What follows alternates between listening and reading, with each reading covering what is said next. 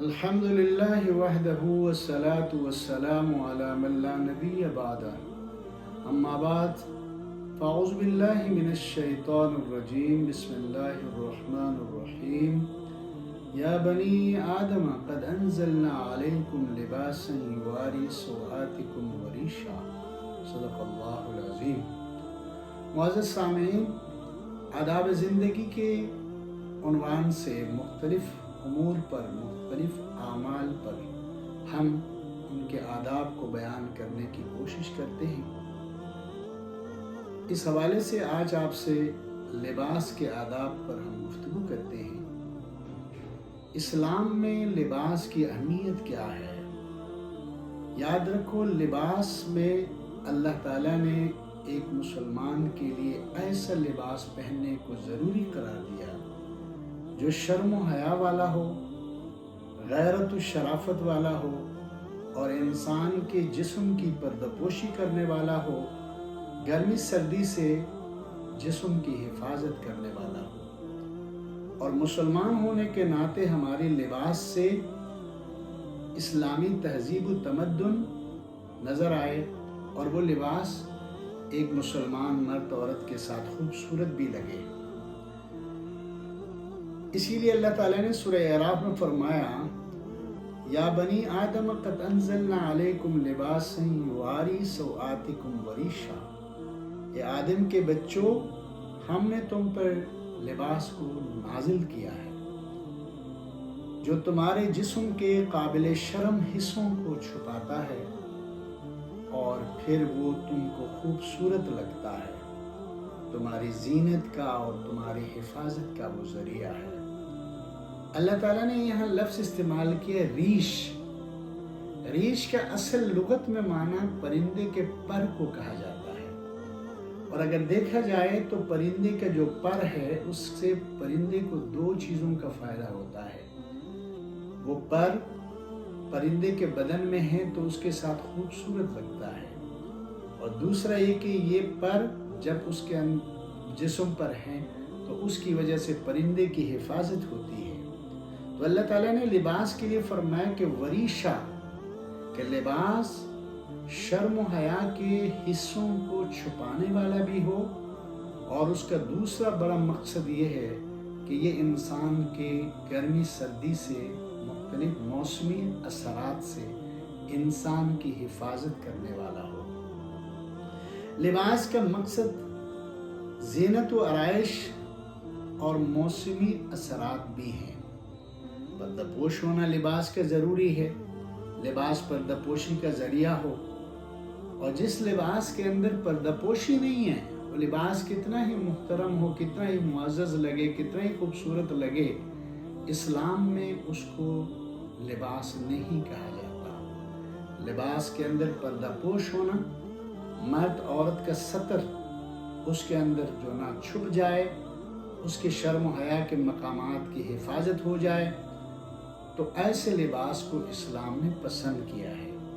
اور یہ بات بھی بالکل واضح ہے کہ اسلام میں ہمیں کسی ایسے لباس کو پہننے کا حکم نہیں دیا جو کسی خاص رنگ کا ہے، یا کسی خاص جو نہ سوت کا ہے یا اون کا ہے۔ اسلام نے لباس کو متعین نہیں کیا، البتہ اس کے مقصد کو متعین کیا کہ جس مقصد میں یہ دو چیزیں موجود ہیں، جس لباس میں یہ دو چیزیں موجود ہیں، وہ لباس اسلام کا لباس کہلاتا ہے۔ پہلی چیز یہ ہے کہ لباس پردہ پوشی کرے۔ مرد کا لباس ہے تو اس کے لیے پورا پردہ پوش ہو، عورت کا لباس ہے تو اس کے شرم و حیا کے حصوں کو خوب جو نہ پردہ کرنے والا ہو، تو ایسے لباس کو ہم کہہ سکتے ہیں کہ یہ اسلام کا لباس ہے۔ اور دوسرا اس کا مقصد اللہ نے یہ بیان کیا ہے کہ لباس آپ کے ساتھ خوبصورت لگے۔ اور یاد رکھو، جب پردہ پوش والا لباس مسلمان پہن لیتے ہیں، مرد عورت، تو یقینی بات ہے پھر اس کے اندر حسن و جمال، اس کے اندر زیب و زینت، اس کے اندر آرائش کا بھی انتظام ہو جاتا ہے۔ اس لیے یہ ضروری ہے کہ لباس کو پہنتے وقت ہمیشہ ایسے لباس کا انتخاب کیا جائے جو پردہ پوشی کا بھی ذریعہ ہو اور حفاظت کا بھی ذریعہ ہو۔ اور کوئی ایسا لباس مرد عورت نہ پہنے جس کو پہننے کے بعد انسان عجوبہ لگے اور انسان کھلونا بن جائے، لوگ اس کے لباس کی وجہ سے اس کا مذاق اڑائیں۔ اس لیے لباس پہنتے وقت یہ بھی سوچنا آداب میں سے ہے کہ یہ لباس اللہ کی انعامات میں سے ایک بہت بڑا انعام ہے۔ یاد رکھو، اللہ نے انسان کو لباس کا حکم دیا ہے، جانوروں کو، دوسری مخلوقات کو اللہ نے لباس باہر سے نہیں، ان کے جسم کی کھال ہی بطور لباس کے اللہ نے عطا کی ہے۔ یہ انسان کا اعزاز ہے، یہ انسان کا بہترین مقام ہے، یہ انسان کا اللہ کے ہاں عزت ہے کہ اللہ نے انسان کو لباس پہننے کا حکم دیا اور اپنی نعمتوں میں اس کو شامل کیا کہ میں نے تمہارے لیے آسمانوں سے لباس کو اتارا ہے۔ تو معلوم یہ ہوا کہ لباس اللہ کی بہت بڑی نعمت ہے، جس سے ہم پردہ پوشی کا کام لے لیتے ہیں، جس سے ہم حفاظت کا کام لے لیتے ہیں، جس سے ہم زیب و زینت اور آرائش و جمال کا کام لے لیتے ہیں۔ جب لباس ان مقاصد پر مشتمل ہو تو اسلام اس لباس کی حمایت کرتا ہے، اس لباس کو پسند کرتا ہے۔ یہ شلوار قمیص ہو تب بھی اس کو پسند کرتا ہے، یا اور کوئی لباس ہے جس کے اندر یہ مقاصد پورے ہوتے ہیں تو وہ اسلامی لباس کہلائے گا۔ لہٰذا جو نا بھائی، لباس کے آداب میں سے یہ ہے کہ اس لباس کے بارے میں یہ تصور ہو کہ یہ اللہ کی نعمت ہے اور میں اللہ کی اس نعمت کا شکر ادا کرتا ہوں۔ اس لیے نبی کریم صلی اللہ علیہ وسلم نے لباس کے آداب میں جو دعائیں سکھائی ہیں، ان دعاؤں میں یہ چیز موجود ہے کہ نبی لباس پہنتے وقت ہمیشہ دعا کیا کرتے تھے۔ اس دعا کا انشاءاللہ تعالی اگلی ویڈیو ہم اس کا ذکر کریں گے، لیکن اس آیت کو جو میں نے آپ کے سامنے تلاوت کی ہے اس کا ایک حصہ یہ بھی ہے۔ اللہ نے فرمایا وَلِبَاسُ التَّقْوَى ذَلِكَ خَيْرٌ، میرے بندو سب سے بہترین لباس انسانوں کے لیے، مسلمان کے لیے تقوی کا لباس ہے۔ ظاہری طور پر بھی ہمارا جسم تقوی کا عکاس ہو، ہمارے جسم سے تقوی نظر آئے، اور باطنی طور پر بھی ہم اللہ کے احکامات کے سامنے سر جھکانے والے بنے، اللہ کا ڈر اور اللہ کا خوف ہمارے اندر ہو۔ تو لباس تقوی کیا ہے؟ اللہ کے پسندیدہ بندوں کا لباس، انبیاء کا لباس ہے، اولیاء کرام کا لباس ہے، اللہ کے نیک بندوں کا لباس اللہ کو پسند ہے، اہل تقوی کا لباس اللہ کو پسند ہے۔